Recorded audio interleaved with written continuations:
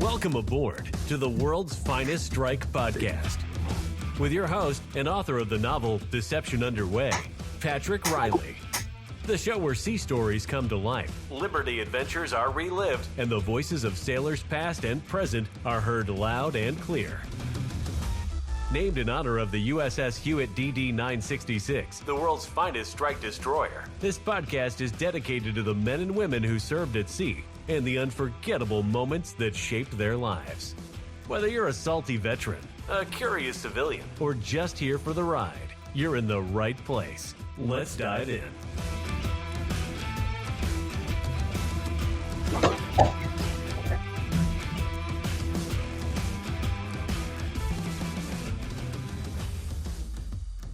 Welcome back, everyone. This is the World's Finest Strike podcast. I'm your host, Patrick Riley. I'd like to introduce a good friend of mine that I've known for many years at the USS Hewitt, Marc Marx. How you doing? How you looking? Great. How things been? Been really good, really good. How about yourself? Doing great. Just trying to get out there, sell the book. I don't know. We'll get there. I like it. Thanks, sir. But yeah, I'd like to tell everyone, because I ran into you at the Lot B in the Bronco Stadium at Mile High in Denver last weekend. You were here for helping out with your buddy for doing a tailgate, so that was awesome. And I do the Bronco security, so I saw your Facebook post. I was like, dude, I could give you a call. But yeah, so tell me a little about what you've been up to, and just kind of give a little introduction of who you are and what you've been doing. Awesome. Well, like you said, this last weekend, I was helping a buddy of mine with a tailgate company, and we go all over the United States, and I do a lot of his cooking for him. So It can be 20 people, it can be 500 people. So as you saw, we had the grills going, we had TVs, we had tents, we had games.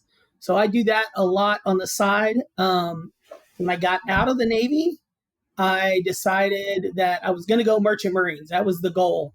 Went and got the able-bodied seaman license, had all this stuff going for me, the Changs and the captains, and had all these letters of recommendation. And I was going to go work for Military Sea Lift Command.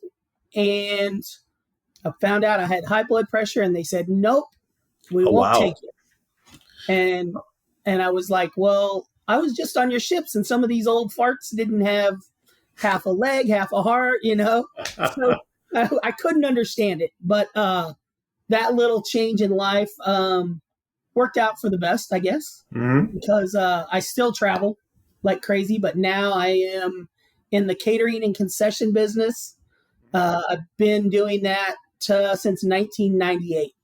Oh, wow. I got out in 97. Kind of stayed around my little small hometown in Kansas, took care of my grandmother before she passed, and just decided, hey, let's move to Texas, me and my little sister. And off it took. I started bartending down here, managing restaurants, cooking. And now I've been with the same guy for 25 years on and off. I do all the smoking of brisket, pork. We do a lot of barbecue in our concession stands. So brisket nachos, brisket quesadillas, brisket sandwiches, brisket fries. We're in 17 to 20 different small venues throughout the DFW area. So it really shaped my life into just hanging out and cooking and meeting new people, which obviously you've known for years. I can talk to a tree and it talks back. Exactly. That's exactly what I remember about you, and so when you were on the Hewitt, just curious, what did you do on the Hewitt? So I was a signalman. Yep. Which, for those of you who don't know out there, it's a long lost trait. It was visual communications with Morse code. All the flags that you see flying on any ship, I knew all those different combinations being different things. So you learn all that. Semaphore, which is a hand language. I still know to this day and still practice it just for fun. So I was on top of the world, literally. I was above the bridge. We were always outside. Rain, snow, sleet, shine, doesn't matter. Be in the Persian Gulf, 123 degrees up top. go Yep. up near Russia and it's minus 20 below with the wind chill, and you're still out there working. Yep. I remember because you remember all my equipment was up there as well. So, and during the Gulf War, when we were in the Red Sea, I had a great tan because I worked from 7 at night to 7 in the morning. So I'd try to get some sleep. Yeah. And then I'd be up on the deck afterwards trying to get some sleep. And then I had a great tan. Yeah. And, we were fortunate that we had shorts, T-shirts, because it was so dang hot. Yep. But I'm sure a lot of people out there don't know you can get dressed really, really, really quick if that buzzer goes off. You're instantaneous into everything you need to be in. Yes. Mm-hmm. Yeah. So who were some of the signalmen that you worked with on the Hewitt? The Hewitt was, trying to think here, so many ships. The Hewitt was, I should have. blank. Drawing a blank. I should have pulled our cruise book because I do have the cruise book. I'll get it later. But I'm not sure if you heard, but yeah, next September or no, I'm sorry, next July we're supposed to have a kind of a mini reunion in San Diego. And So I didn't know whether they decided San Diego or not. yeah, I think somebody got the park already reserved. Okay. There's some dates. As soon as I see the dates, I'll shoot them over to you. Yeah. But yeah, definitely, get out there. Have you been to any reunions or just have you met people afterwards at all besides myself? I have just kept in communication mostly online with a lot of people. Okay. I've been in more contact with people from my last ship, which was the USNS Yukon. Okay. 20202. I was the plank owner of that one. Okay.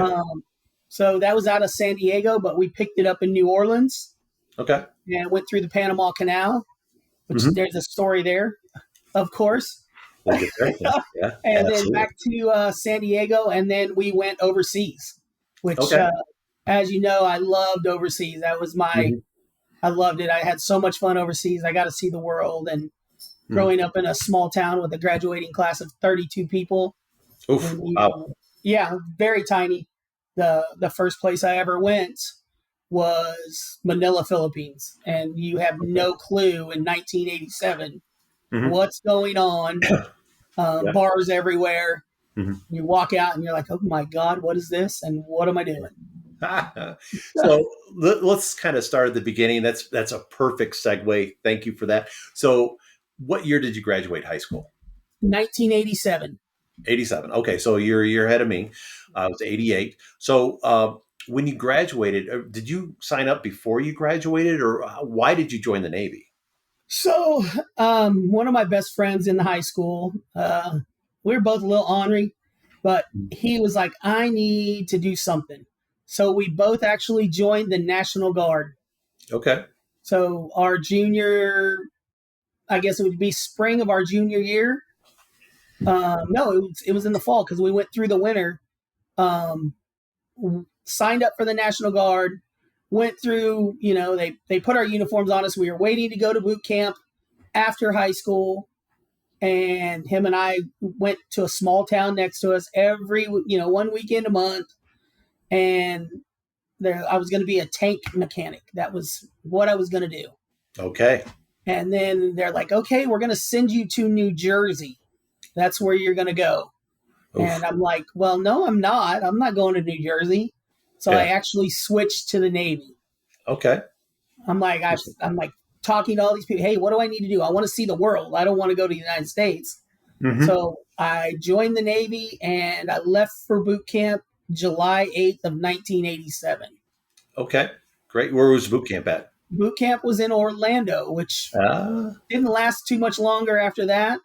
Yeah, I was there. I was there in 88. Okay. So and I just remember because I went in, my anniversary was just last Saturday. So August 16th.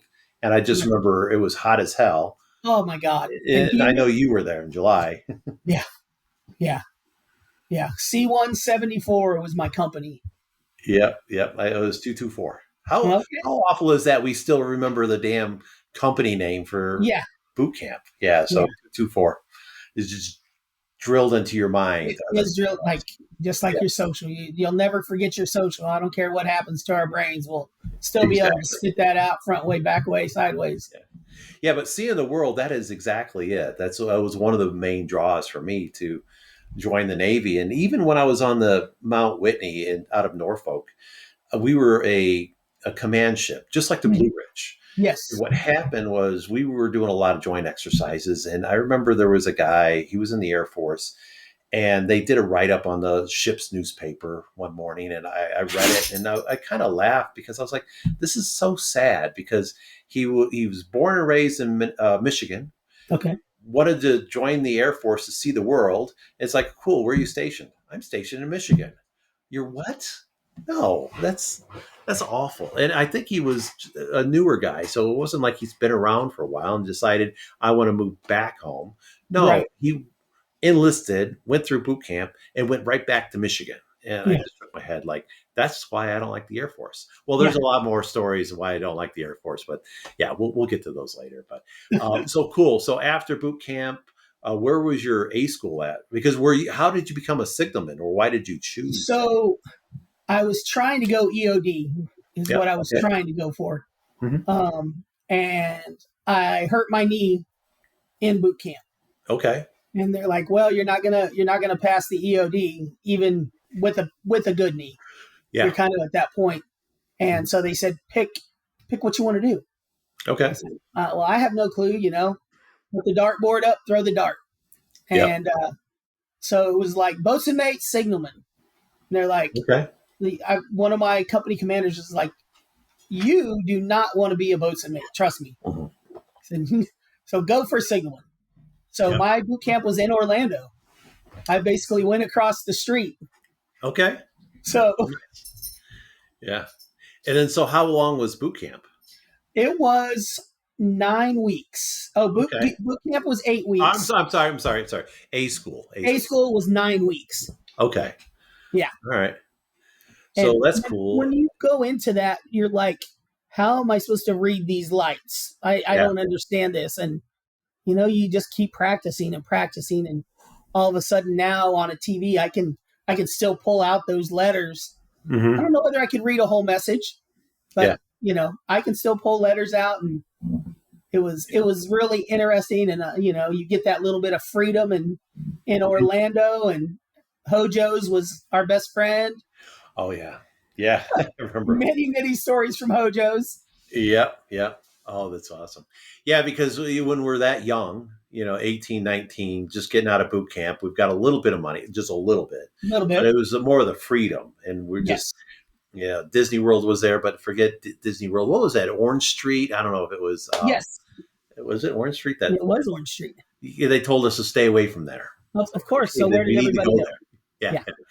And even just recently, I was talking to a guy at work because he's going to Japan in a couple weeks, or I think in October for his honeymoon. He just got married recently. But we were talking about the different places to go, and one of the places I told him he needs to go was Roppongi.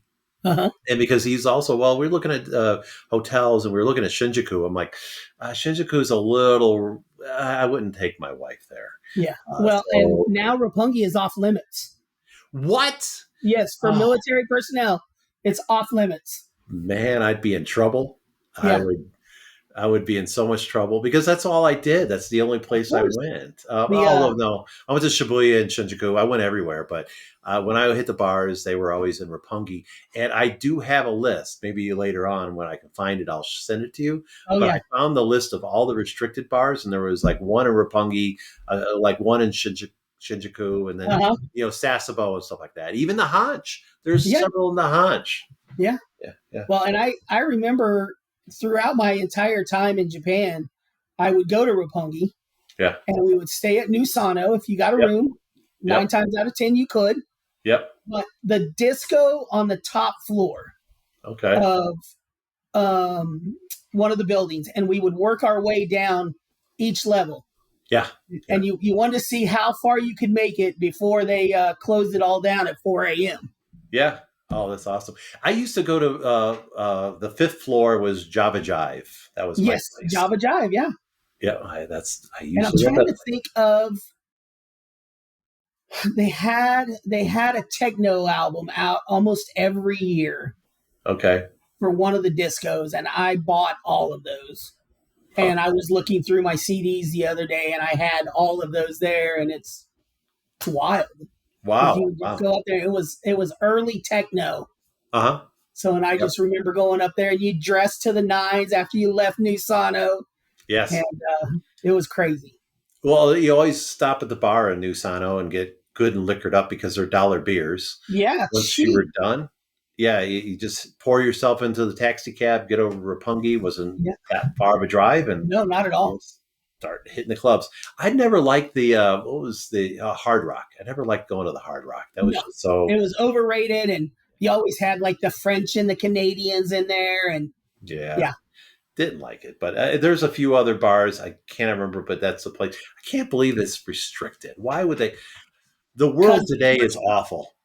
yeah, It's horrible. But yeah. so after uh, A school, how'd you get your orders? What were your first orders that you got? My first orders were to the USS Oldendorf, Okay, which was okay, stationed in Yokosuka, Japan. nice, So nice. DD 972. Wow. So Okay, I met her in the Philippines. okay, Stayed in Manila for a few days. hmm, They're like, no, we're not going down until Monday, and I got there like on a Thursday evening or something like that. So okay, they're like, we're putting you up in a hotel. And this old guy from the USO was basically like, okay, son, you're not going down to Subic until Monday. okay, He's like, how much money you got? And I said, I got a couple $100. He goes, give me $100 and put the other 100 away, and we'll get you down to the base. okay. So I had a weekend in Manila. Oh my goodness. Oh my gosh. Yeah, that's So exactly yeah, yeah. I mean, granted, the beers were what, like 35 cents. 35 cents. The food, not knowing what to eat, you tried everything, Hmm. and I just went out and explored Manila, Okay. and it was quite the shock, Yeah. but I had so much fun. Of Yeah. course, got befriended by other sailors that to Okay. this day I wished I knew who they were, because it was just a blur and you just had a great time. Yeah. Yeah. Absolutely. So when you went out in town, I mean, granted, you were in Kansas growing up, go off to Florida for boot camp, A school, go overseas. I mean, and by the time you just spend a weekend in Manila, I'm sure when you ride to the Ollendorf, you were pretty salty by then. Like, hey, Yeah, I know what's going on. right. Because once you spend a little time in Subic, patio, wherever, you know what's going on. You And learn yeah, quickly. Yeah, quickly, absolutely, absolutely. yeah. So once, I mean, how'd they get you down to Subic from Manila? By just a big bus, and it was just loaded with sailors. With That was sailors, okay. yeah, yeah. And I think there was a few Army guys and a few Air Force guys, but they were all meeting ships that were there in Subic that were, you know, at the time I didn't know it, but they were getting ready to head to the Gulf. Okay. Okay. So um, we got there, and they're like, "Yeah, hey, we're on deployment." So Okay. they had left Japan and came down to the Philippines, and they were starting into the Gulf. Okay. So So after you left how long did you spend in Subic then? That first, were they just probably a getting week. a week? Okay. Yeah. So you have the signalmen that were like, "Hey, we're going to take care of you." Took Yep. you out and did all the wrong things and tried to get you in trouble that first night, and Yep. you were clueless, and then you figured you're like, okay, I gotta watch they're my friends, but watch out. Absolutely. So once you stayed there for a week, I'm sure you took on supplies, headed out. Did you just head straight to the Gulf? Did you go to Singapore, Thailand? Where'd Well, you go after that? we got underway, and within just a couple of days, we had an evap go out. Oh, So we split off and went to Diego Garcia. oh God. So Okay. Diego Garcia, they're like, hey, you're gonna be here for 5 days because they're Okay. cutting the hole and pulling this evap out. Mm-hmm. And there's only one thing to do in Diego Garcia. You're drinking. Yep. Just drinking. Yeah. Just drinking. So fourth or fifth night, we were drinking, and the Brits, we had a little too much of the Brits, and it was a brawl. Oh, Oh, my great. God. It was a brawl. Now I forgot when we were because we pulled in on the towers years ago, and I can't remember. Did we go out and just because there's nothing there? I mean, it's not There's like only, you're going. like, you can go to the club, Yeah. and then you're not allowed at the beach later than certain time. Yeah. And so, yeah, they would let us go on the little beach during the day if you weren't working. And then at night you just go party. Yep. Yep. So, yeah, so that that was crazy. And, so it was probably 2 days before we got underway. I got in trouble with the U.S. Navy. Okay. Yeah, Great. after that brawl. Oh no. Pretty crazy. So Great. I went from a SN down to an SA, got restricted, and yeah, I started off right. Wow. You know, why go gold when you can stay red? Yeah, I mean it's no fun if you just go. No. Yeah, that's true. So That's true. We got underway. I met the new XO the wrong way, and him and I later on became great friends. It was crazy because he knew me. I was his first captain's mess when he got on board. Okay. Okay. So yeah, and so with the restriction, I mean, when you was it restriction on the ship while underway, or were you restricted when you got into port the next time? So now I believe it's only when you're in port. Okay. So then you were restricted underway. So your days were counting. That's when I went to the captain's mess, waxing the floors at 3 a.m., but I knew every officer on board. And the next thing I know, it's over with, and we are in Mombasa, Kenya, Africa. Okay. Okay. Nice. So all right. that was one of the first places I went. Wow. So what did you do in Mombasa? Did you do a safari at all? A safari, and we went up part of Mount Kilimanjaro. Okay, cool. Yeah, I did the same thing. Yeah. So they're like, we'll take you up a little ways. And you're like, okay, I climbed part of Mount Kilimanjaro. Exactly. Oh, that's awesome. Yeah. And did you come across any women that were offering services when they're out in town? Course. Oh. She was French and beautiful. Oh, well, that's okay. But yeah.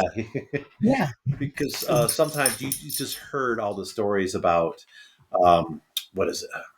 AIDS is a big thing. Oh, huge. Stay away. Yeah, don't do anything and don't breathe the air. And and another thing that I really, really remember about Mombasa is how poor the country was. Mm-hmm. Yep. And a really, really sad situation was we would always go down the same path, to go out into town.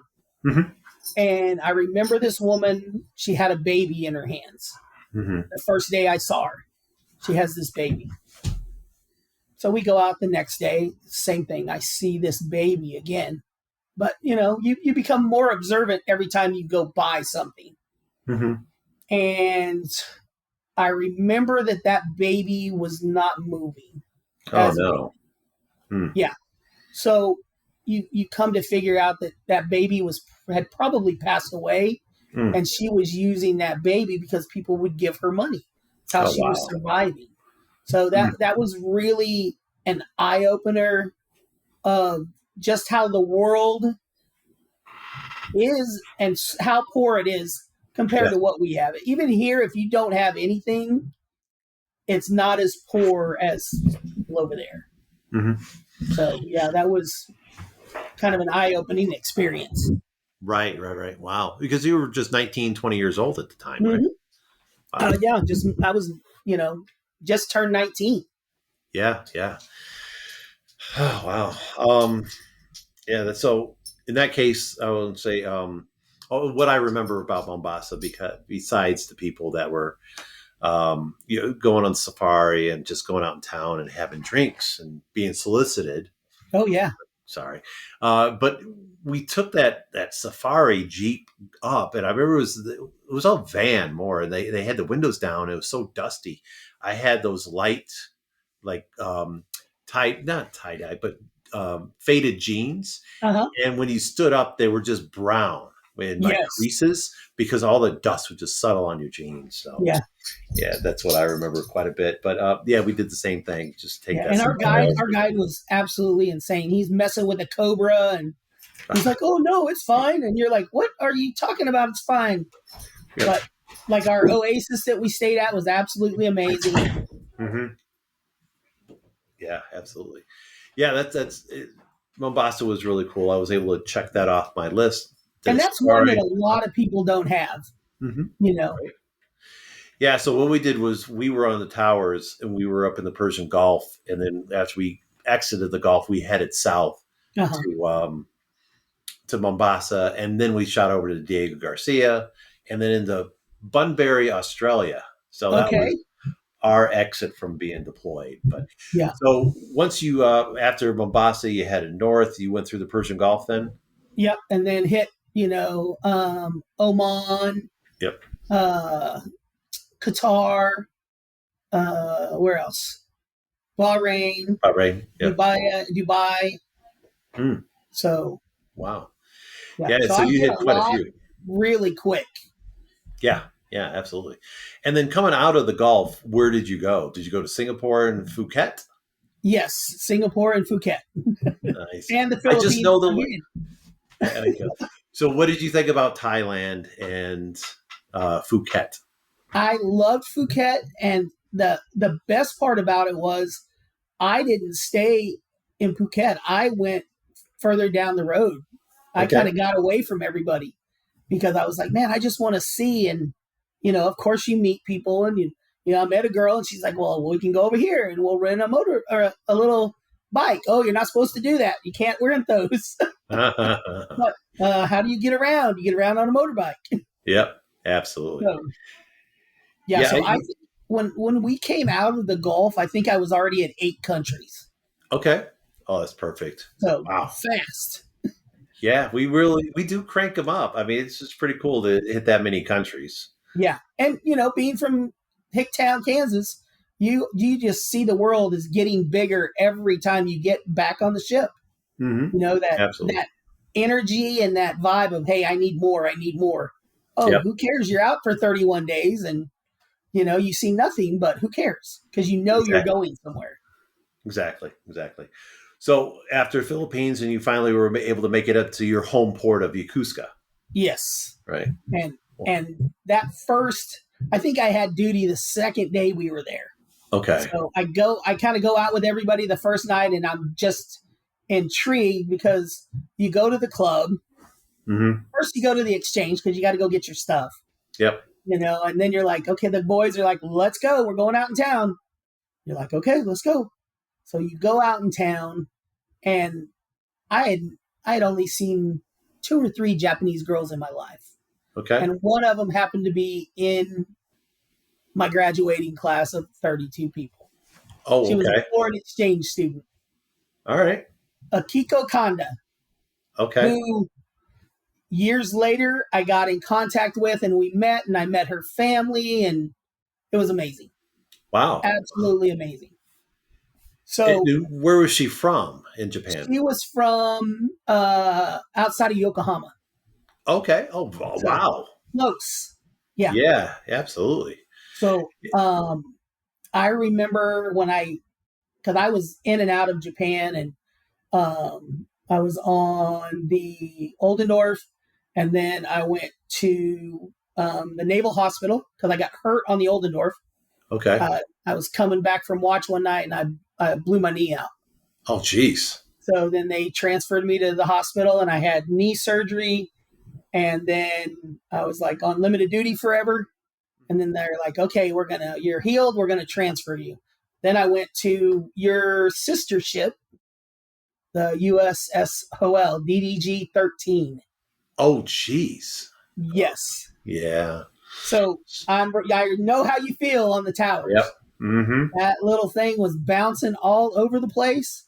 Yep. But guess what? We're going back to the Gulf. Okay. All right. So, Gulf again.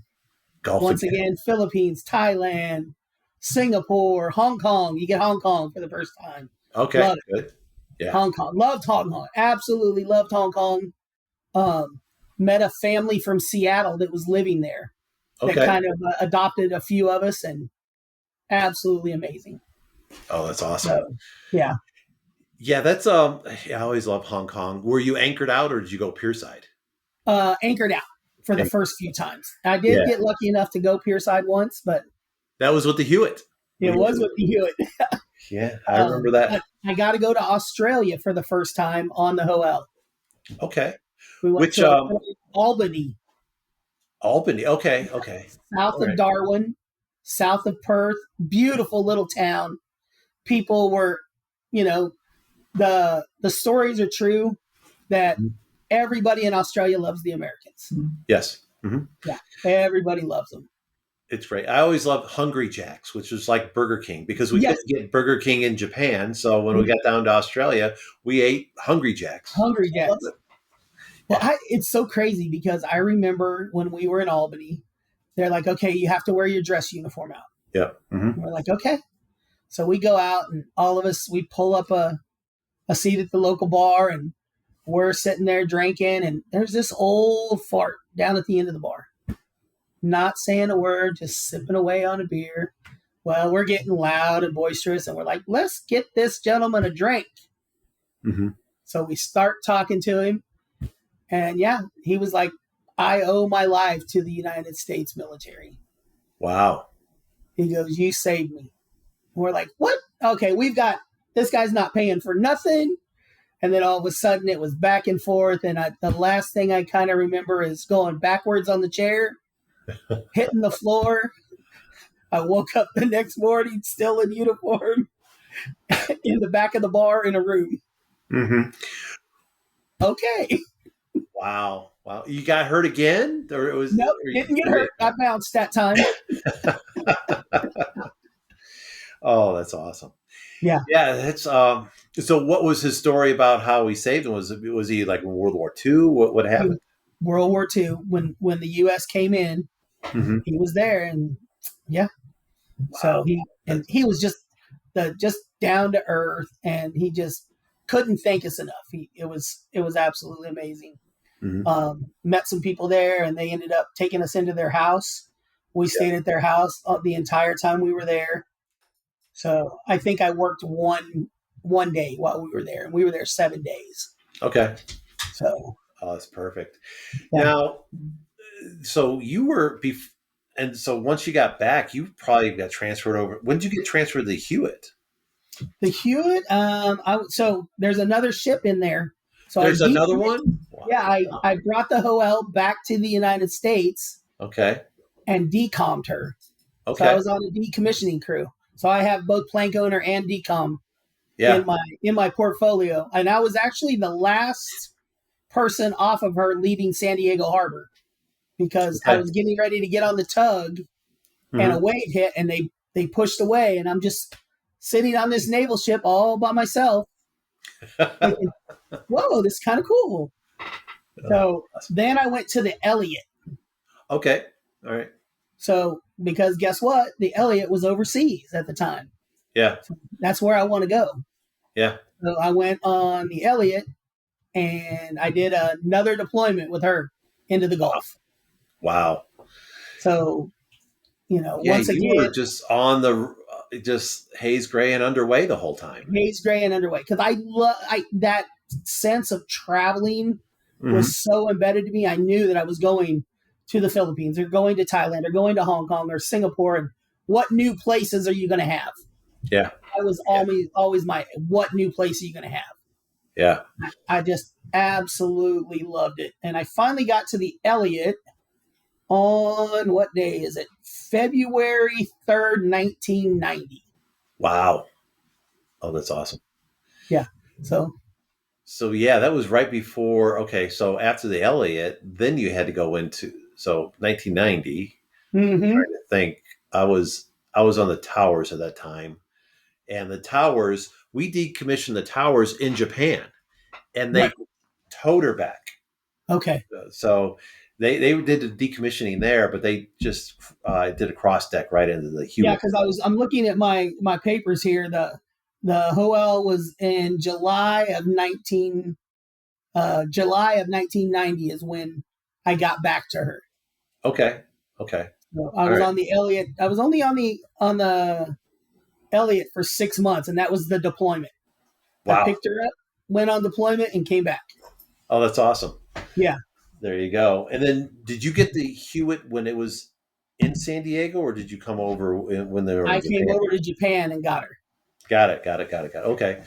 So you probably just got on the Hewitt, and then we went skiing because we went skiing, I think in January of 91. I had just got on there because here it's saying January 17th of 91. Okay. So I Yeah. hadn't been on long. I, And then I think they're I like, didn't. let's go. Yeah. Yeah. Yeah. Exactly. Because I think you were brand new to the ship. Uh-huh. Yeah. Because I was dating Junko and that we were just dating and she had that ski condo. So Yeah. took the bullet train, got our skis at the MWR, took the bullet train up, and Rob Gage, he was there with us, and Rob Yep. Chapin. So Jim Burdick. did Burdick go with us? No, Didn't he he? might have gone. He might He have did. gone. He might have taken the picture because remember the picture had the four of us and Yes. Junko. So Yeah. yeah, Burdick might have went. I have to I'm get a hold pretty of sure. him. Yeah. Well, he actually came down here to Texas to do some training. And we met up one night and spent 3 or 4 hours. He's doing good. Kids are all good. Him and his son are expert marksmen with bows.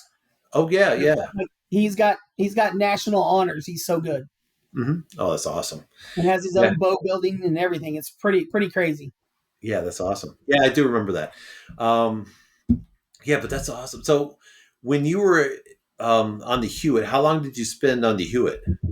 I was there. I want to say 91, 92, 93. Wow. Yeah, 93. I was there 3 years. Okay. So most of the year you were Westpac the whole time. That is Exactly. awesome. Yeah. Have you ever spent because it sounds like the closer you got to the East Coast was when you were on the AE. It was AE? No, that was all West. We picked it But up in New Orleans, and that was the yeah, closest I ever got. wow. Yeah, That's awesome. I was a Westpac sailor all the way. Yeah. And so how many years did you spend in the Navy altogether? A little over 10. Okay. Really nice. Yeah, So what made 87 to you 97. wow, that's awesome. So what made you decide to get out at 10 years? So, first they said I was up for orders, and they're like, we're gonna send you to Iowa to recruit. Oh, great.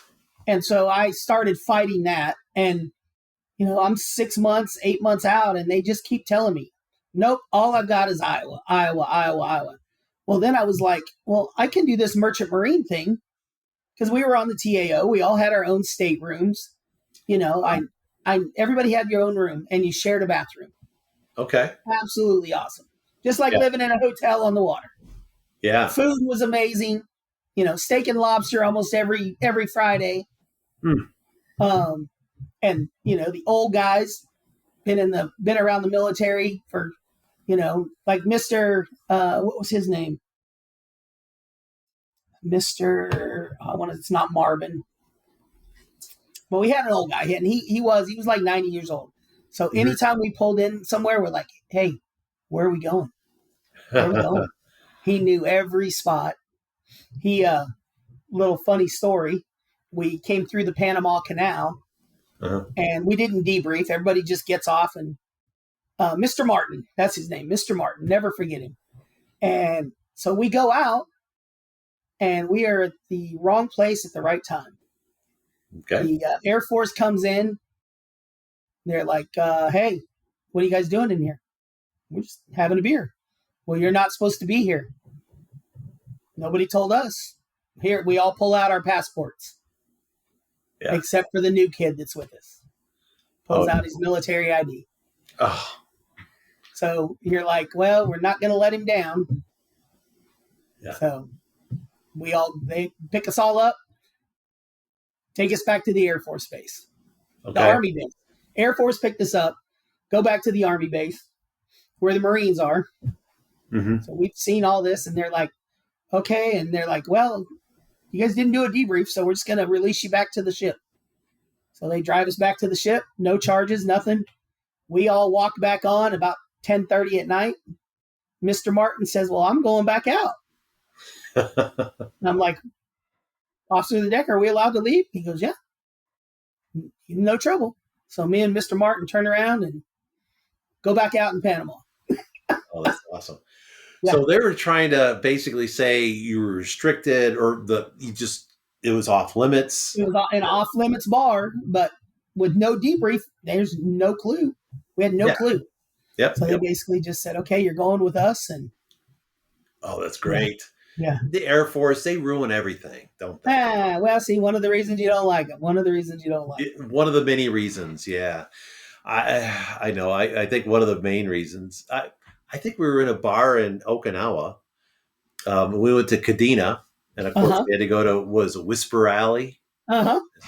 And we went into a bar, and as soon as we sat down, of course the girls sit down, and they're Filipino girls in Okinawa, and then the drinks come in, and I'm not paying for ladies' drinks.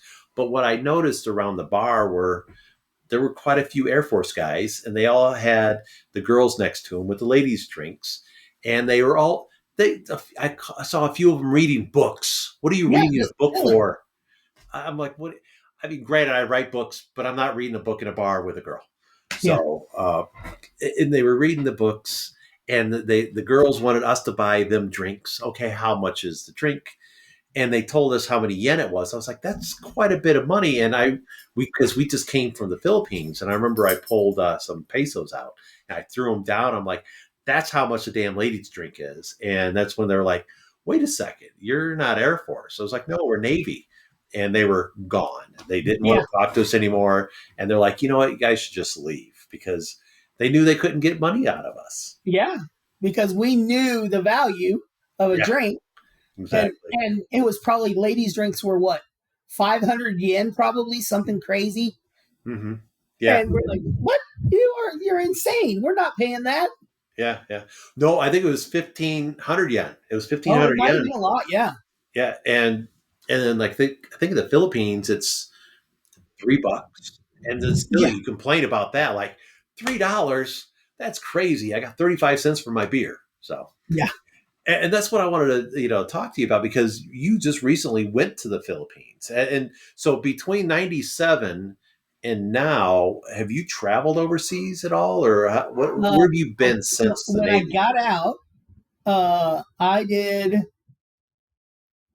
11 weeks traveling, backpacking, Thailand, Vietnam, Singapore, Japan, the Philippines. I did an around the world out of Kansas. Got home and I said, hey, I'm going on a trip. They're like, well, you just got back. I said, I know, but I got to go back. And so I did that around the world. So I added more countries, added Vietnam. I met a girl in LAX. We had a 12-hour layover, and I go to the food court, and it was packed.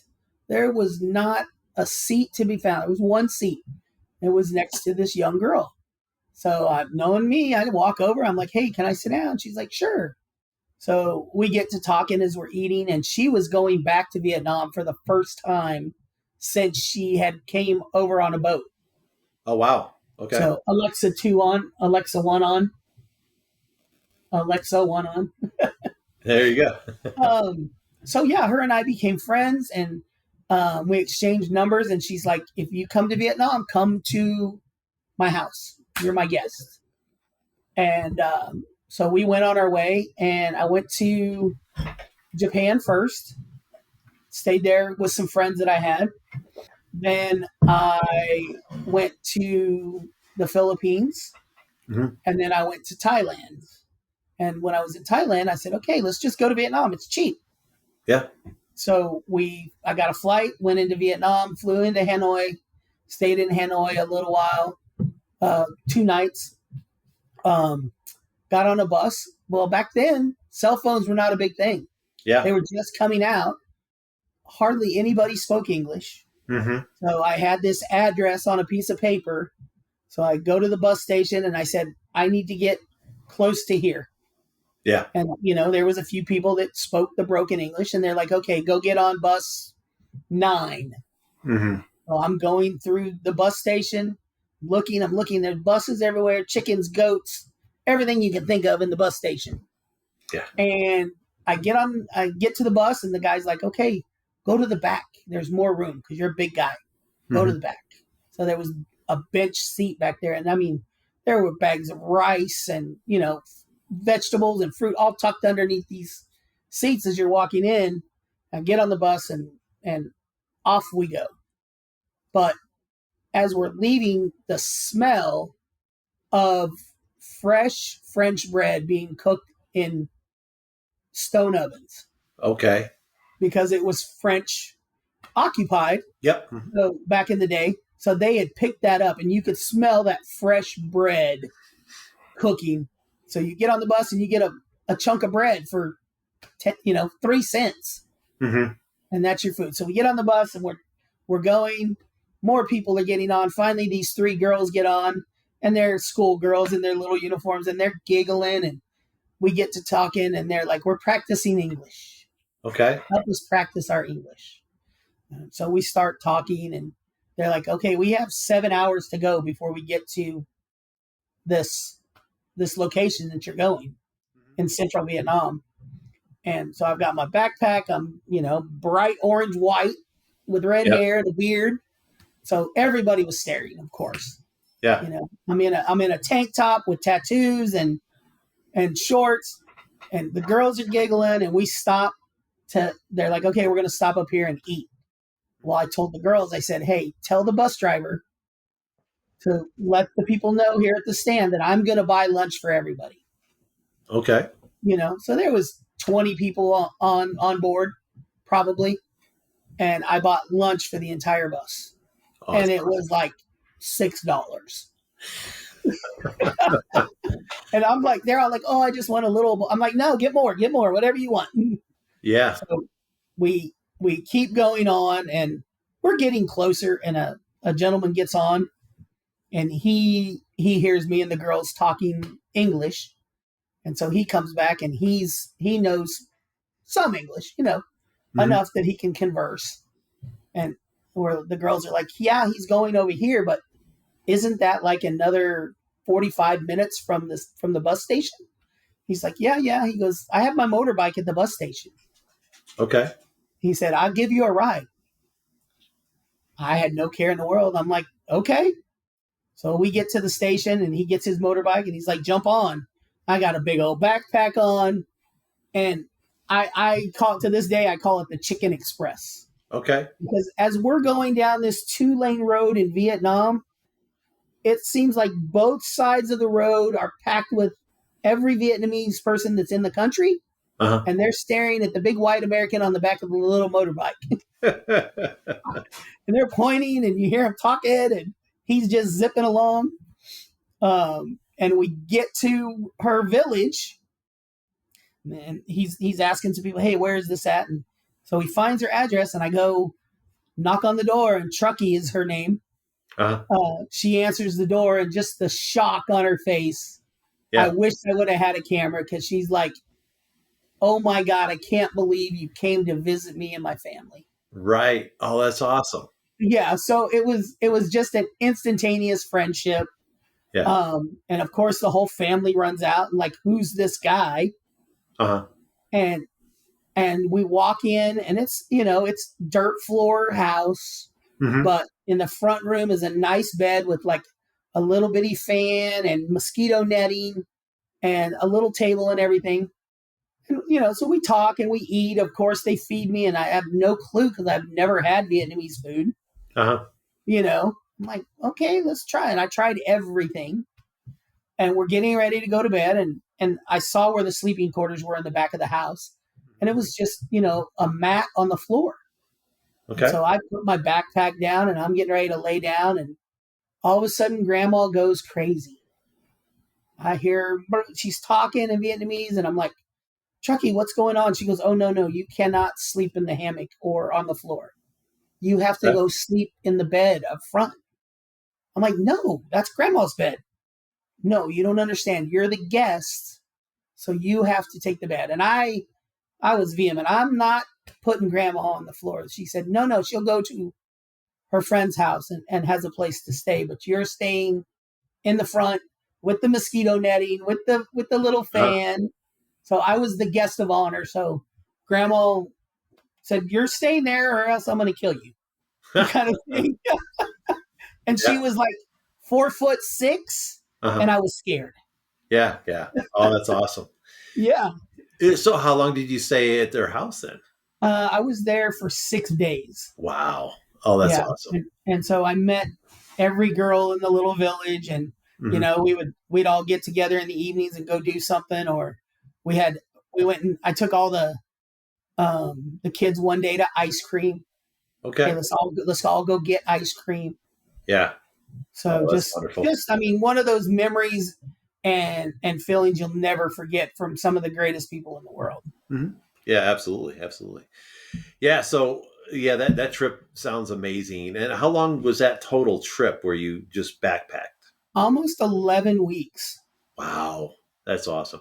To be that free again, you know? Yeah, exactly. And I had been to the Philippines, and I had been, to Thailand. So I knew what to expect.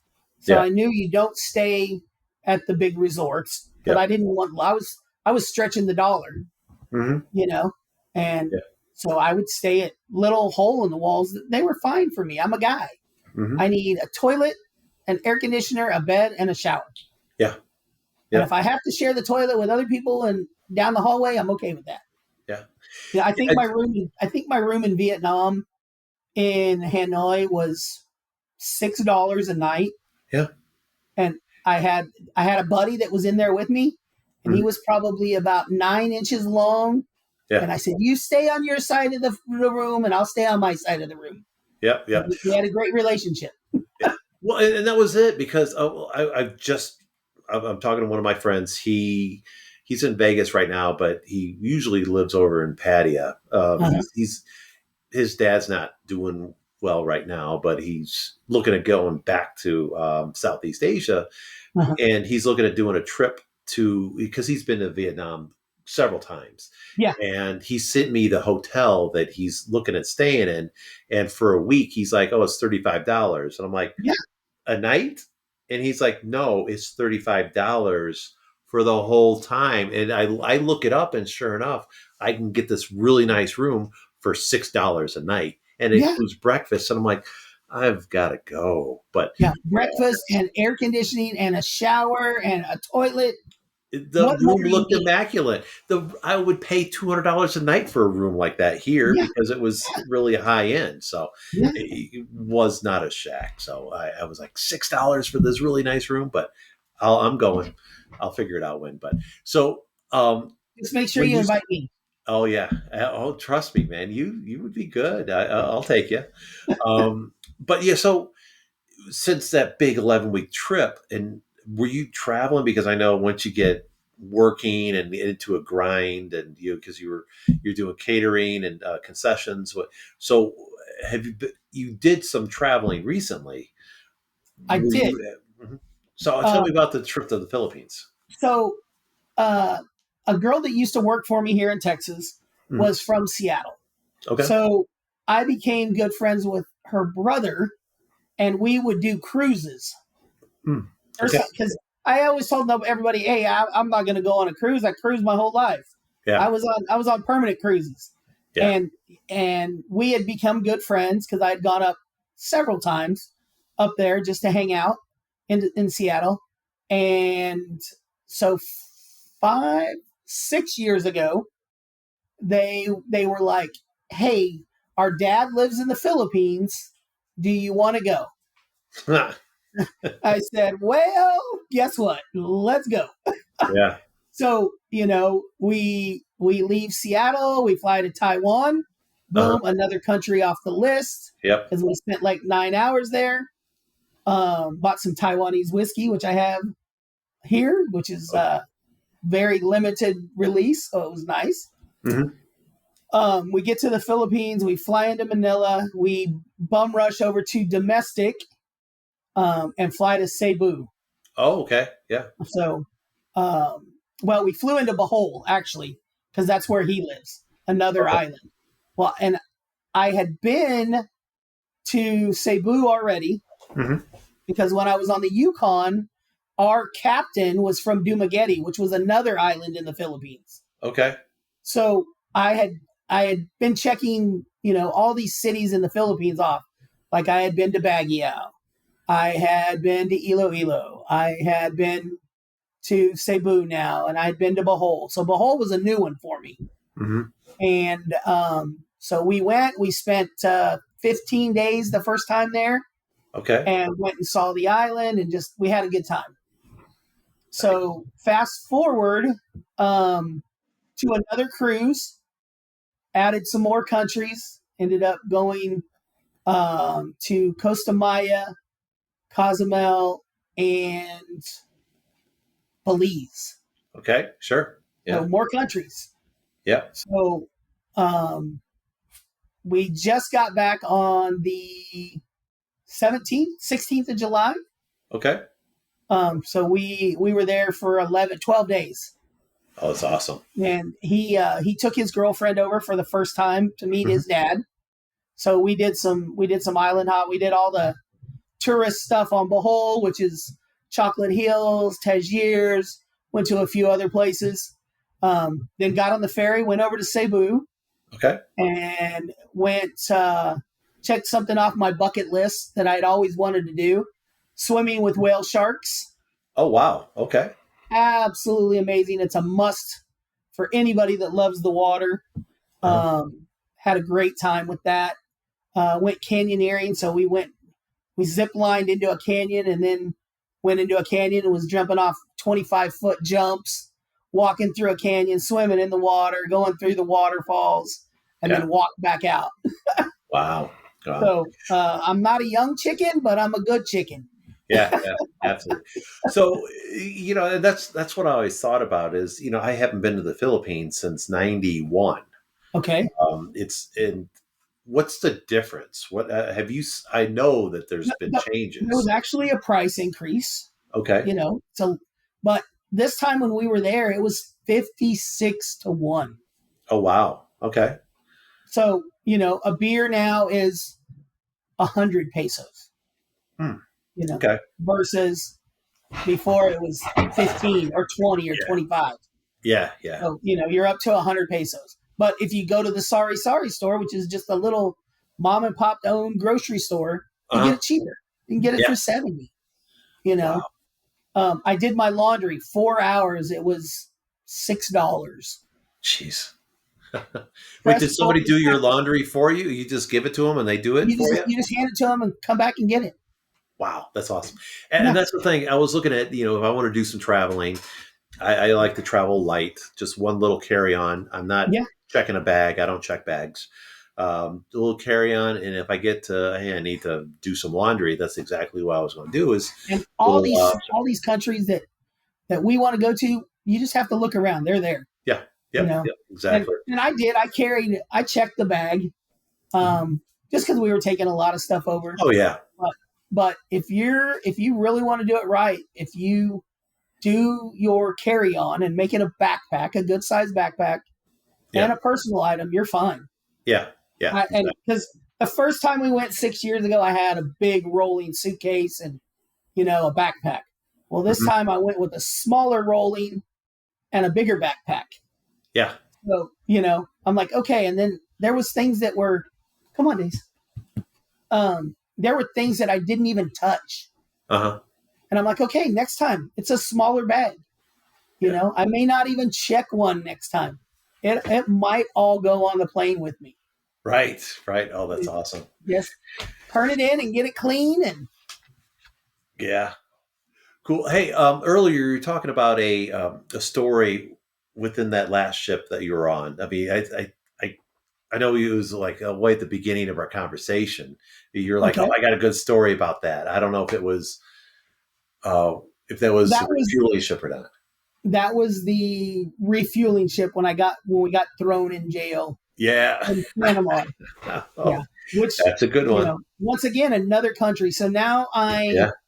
I got out in '97, Uh-huh. and we're almost 30 years out of the military, Yeah. which is insane.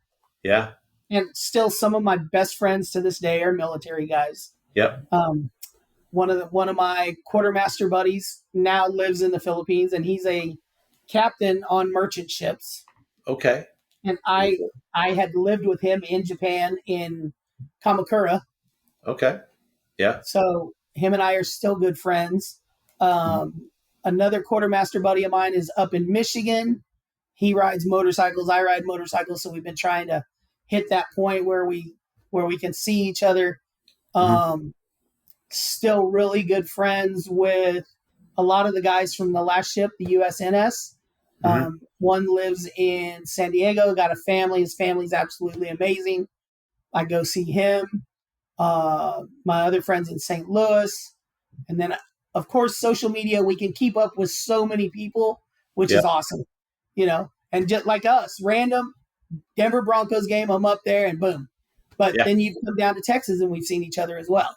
Absolutely. Absolutely. Yeah. So, I mean, just the type of relationships that we've had from the military, we all make friends when we get out, but there's the relationship's not the same, because even to this day, we know that if you made a phone call and said, hey, I really, really need something, they're going to go out of their way to help you out because you're a brother. Exactly. Or a sister, because I had a lot of women on my last one that are great friends of mine. Yeah.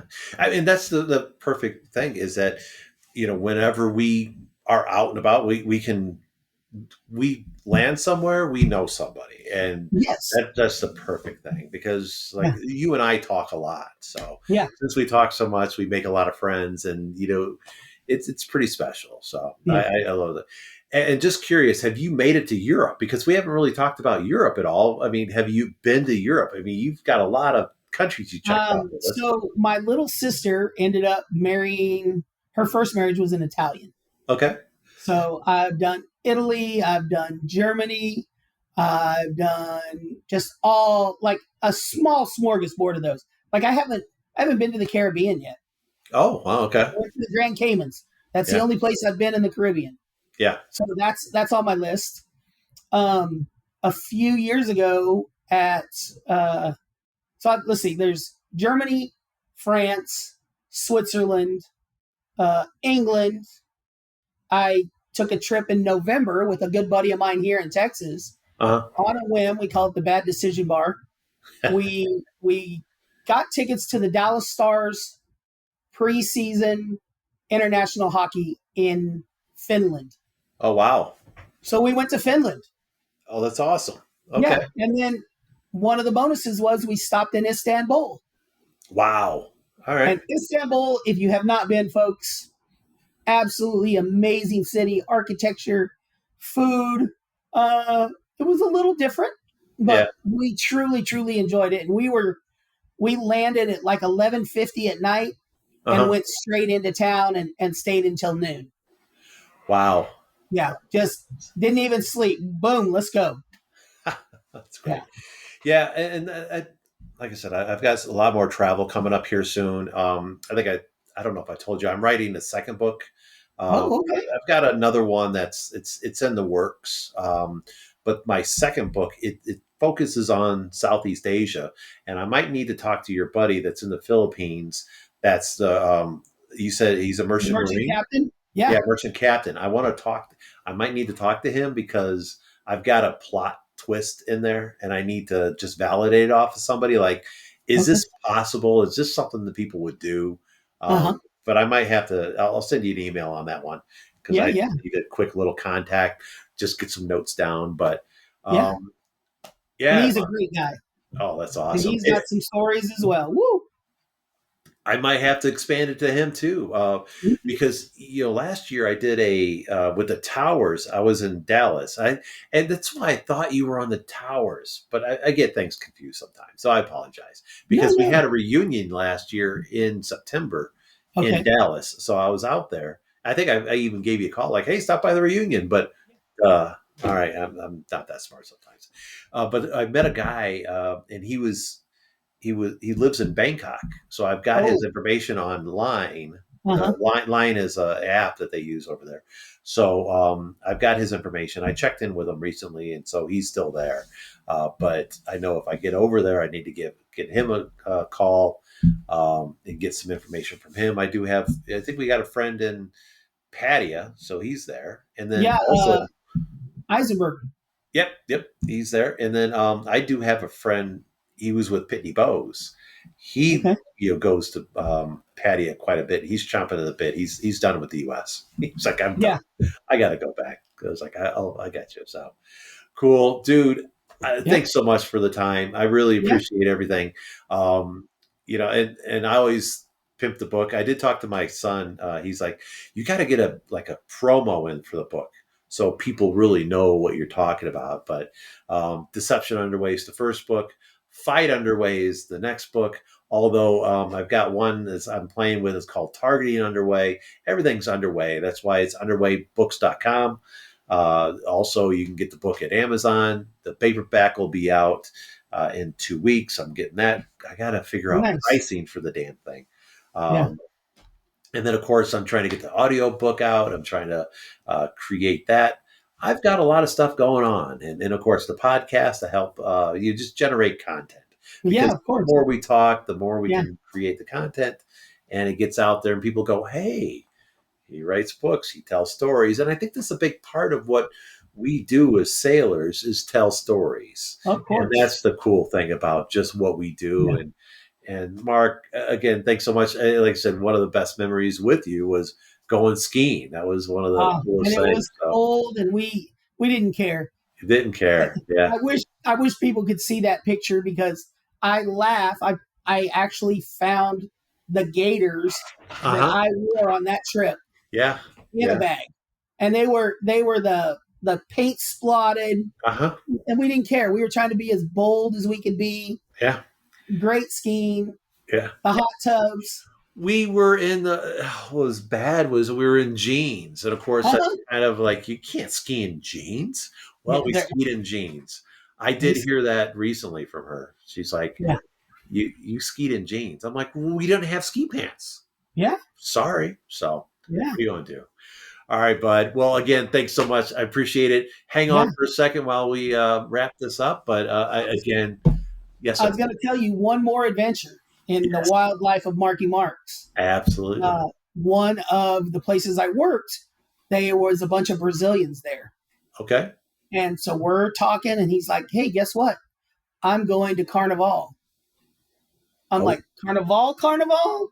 He goes, yeah, Carnival in Rio de Janeiro. So I said, hey, put me on the list. So in February of 2020, Uh-huh. I went to Brazil. Yep. I walked in the parade, full costume, Wow. and you're looking at a 2020 grand champion Uh-huh. with Vadoro Samba Club. We Wow. won. Oh, So that's yes, awesome. Brazil, another place, a must visit Mm-hmm. for Carnival. It was an experience I'll never forget. Yeah, I think that is a great bucket list item there. That is Yeah. something that people have to do. Yeah. That's a great idea. So I thanks mean, for live that your one. dreams and Yeah. check your bucket list off every year, no matter what. Yeah. Something. So That's a 43 great countries, 48 states. I'm good. Yeah, because I know one of the biggest bucket list things that I was able to do just in life, and was I saw the sunrise from the top of Mount Fuji. I saw Yep. that, and then the one regret that I have is that I did not go to the pyramids when we were in the Red Sea, I because did. you did. Now, did you go scuba diving with us when we were in Hurghada? I got my license renewed in the Red Sea. Okay. Yeah, because we went diving there. I remember because the first time we went in, I went diving, and the next time I was supposed to go to the pyramids, but it got canceled, or I'm sorry, mine got canceled because they flew me back to the States for sea school. Oh, So okay. I got screwed out of going to the damn pyramids, but I'm not too stressed about the pyramids. I'm not a fan of Egypt. Egypt's on my list of, hey, I checked it off my list. But I I don't don't want have to to go go back. back. Yeah, Exactly. dead rats in the streets. Didn't Yeah. like it. Yeah. Not The a fun beer and the whiskey and the soda together even wasn't good. Oh God, yeah, pretty bad. So, all right, Yeah. bud, we'll end the podcast. But again, thanks so much for the time. I really Not a appreciate it. problem. Always great seeing you. I hope Yeah, you enjoyed the food the other day. absolutely. I appreciate that. That was a great food. It was so good. Yeah, my buddy came out. Yeah, I know it, for some reason I come walking back in with food, and they're like, "You got free food?" I'm like, "It's not free. No," because there was a lot of security people that wanted to go out there. I'm like, "No, you're not going out." Because I brought my buddy, and he made a plate for him and one of my other friends. I was like, "That's it. You're cut off." I didn't want. Right. Yeah, there was another guy. He was walking out. He's like, "There's free food." I'm like, "No, no free food." So Yeah. yeah, I cut him off, man. But again, dude, thanks so much for that. That was good. I did share with one of my friends, and she's a former Marine who spent time in Japan. She ripped Oh, the burger in half, so she ate it because that was a good burger. I mean, yeah. Great and burger. that was really good. So, and now I'm getting hungry. I got to stay away from this fasting stuff because I get hungry talking about food. But Yeah. all right, Mark, I'm going to we'll end this, but stay on for a couple minutes. We're going to get this thing uploaded. But Sounds I great, appreciate buddy. it. Thanks, Good man. talking to you. Thank you for having me. Absolutely.